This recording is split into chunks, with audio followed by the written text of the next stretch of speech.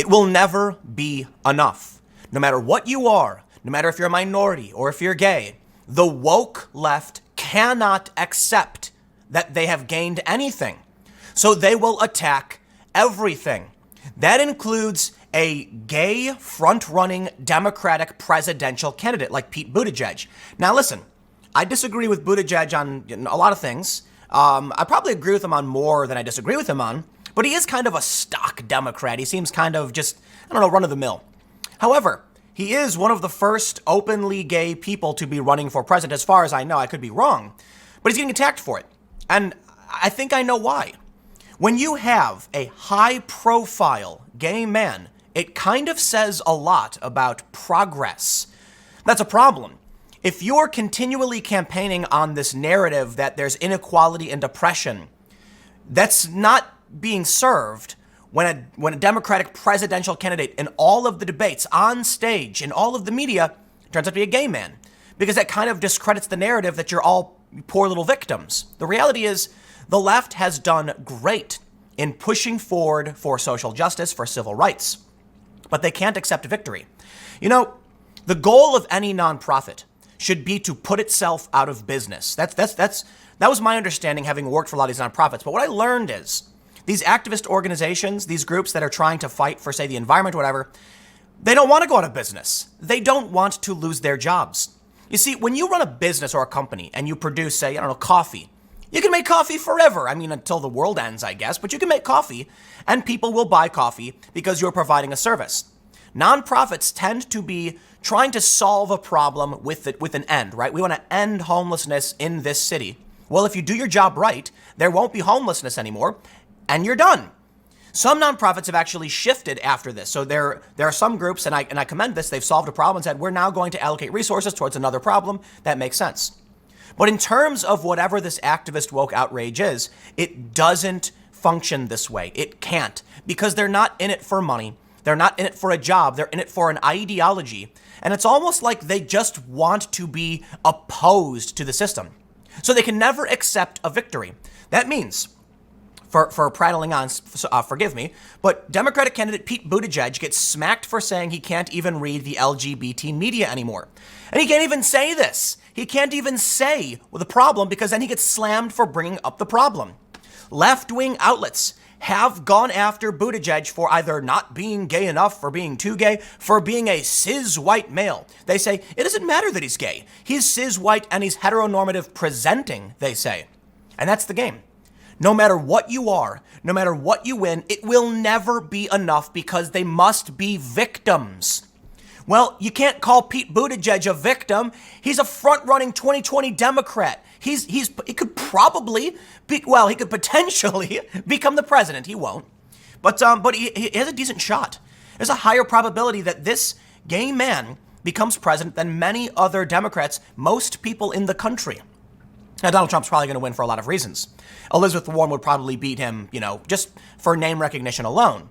But he's still up there, and he's going to have a massive career after this. It's kind of amazing. He's a mayor of South Bend. He's a gay married, I believe he's married. And here he is on the stage. I don't understand.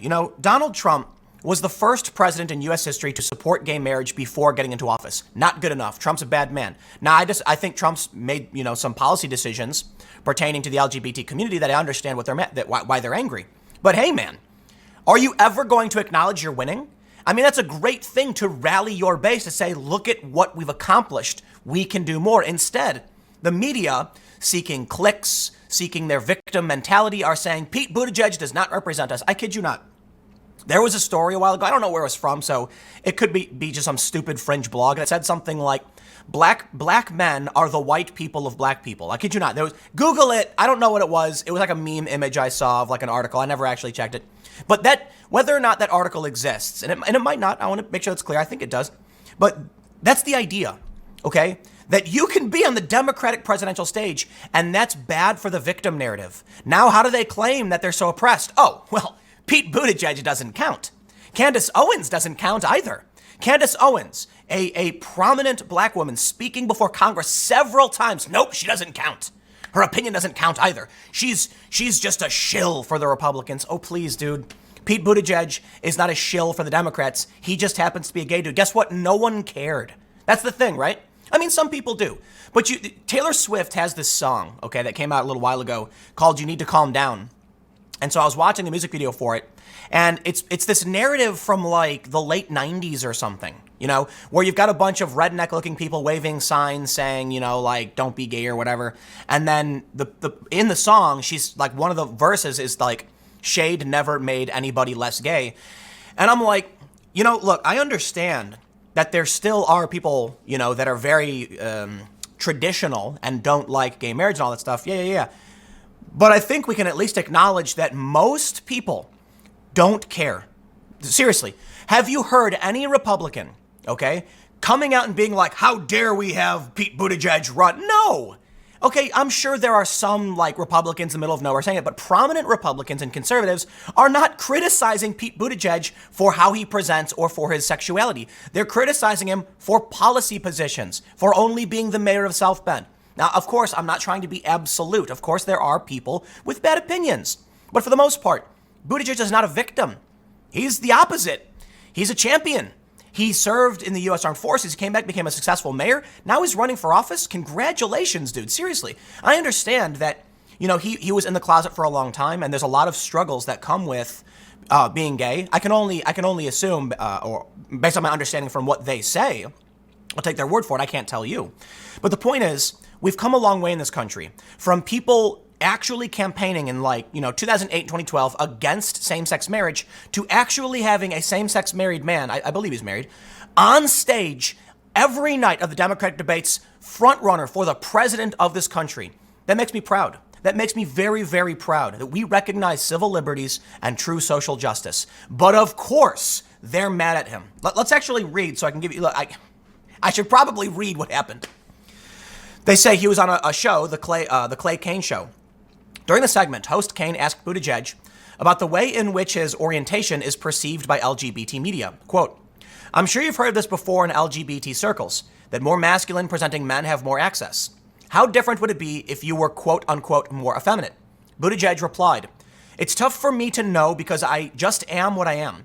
And there's going to be a lot of that. That's why I can't even read the LGBT media anymore because it's all too gay, not gay enough, wrong kind of gay.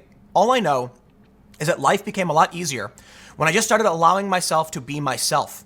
I'll let other people write up whether I'm to this or to that. Look at, Buttigieg said life was easier when he just decided to be himself. Bravo, man. I really do respect that. It's probably scary. It was very brave. And here you are on stage. And that's something Americans should be proud of, that we respect the individual enough to say what you want to do and who you love is your thing. Live and let live. Life, liberty, and the pursuit of happiness, so long as you're not infringing on the rights of others. And that's exactly what Buttigieg is doing. I have tremendous respect for the fact that he served. Anybody who served has my respect to a certain degree. I mean, you could be a bad person. I get it. But when I think about who I want to be commander-in-chief, I think service, for me, is, well, it's close to being a prerequisite, okay? That's why I really like Tulsi Gabbard and Dan Crenshaw. Disagree with Crenshaw, like Tulsi Gabbard on policy a bit more, but I tremendously respect people who understand, okay? Understand all of this. The commander-in-chief, the president is the commander-in-chief of the armed forces. That says a lot. Pete Buttigieg has that service. Fantastic. And here we are in America, a decade or two ago, arguing about same-sex marriage, Supreme Court, now having an openly gay man on stage with respect and without condemnation. Except from the woke left, I guess. This is what's truly insane to me. He's the wrong kind of gay. He's too gay. He's not gay enough, whatever. People started then slamming him for even saying this, but he wasn't wrong. I think a lot of this rage directed at him over what he's saying, it's just to court controversy, to make money. Pete says LGBTQ media is to blame for the pieces dissecting whether he is gay enough. However, those two big pieces were in Slate and the New Public, not LGBTQ media. Full stop. You can't just cite two big pieces and say he's wrong. That's not how things work. But you see what they do. Pete Buttigieg is right. It is. The conversation is all over the place. I've seen it. And just because two of the biggest pieces were in just standard old left media doesn't mean he's wrong. It's a straw man. They say, Twitter user Matthew Wing replied, LGBTQ writers wrote the articles. LGBTQ outlets have written articles discussing whether or not Pete likes RuPaul's Drag Race, which are just he's not gay enough articles, and LGBTQ media in general has presented a clear anti-Buttigieg bias. I think I know why. I think I know, and I think I explained it. They cannot accept a victory because then their narrative falls apart. But I think you should and you could. I think when you're rallying a base and explaining to people why they should support you, you say, we are winning. We've done it. Think about this country 10 years ago. Think about this country 20 years ago and look at where we are today. You had the first black president, and now you have one of the first, I believe, the first openly gay candidate running on the debate stage. You're doing great. The problem is these people don't really want social justice. They don't. They want power, and they use victim mentality and the claims of victimhood to manipulate our goodwill. See, I've always been very much in favor of this idea of social justice, equality of opportunity, respecting individuals based on the content of their character, not the color of their skin or who they love, where they come from, what they, their religions or things like that. The religion thing, I actually think is a bit more debatable. There are a lot of people with kooky beliefs that I don't agree with. However, I think those are, we have a discussion about that and we learn to live together. So long as there is an overarching idea of life, liberty, the pursuit of happiness, and individual freedoms, I think we're going to be great. We're going to do well. They don't like this though.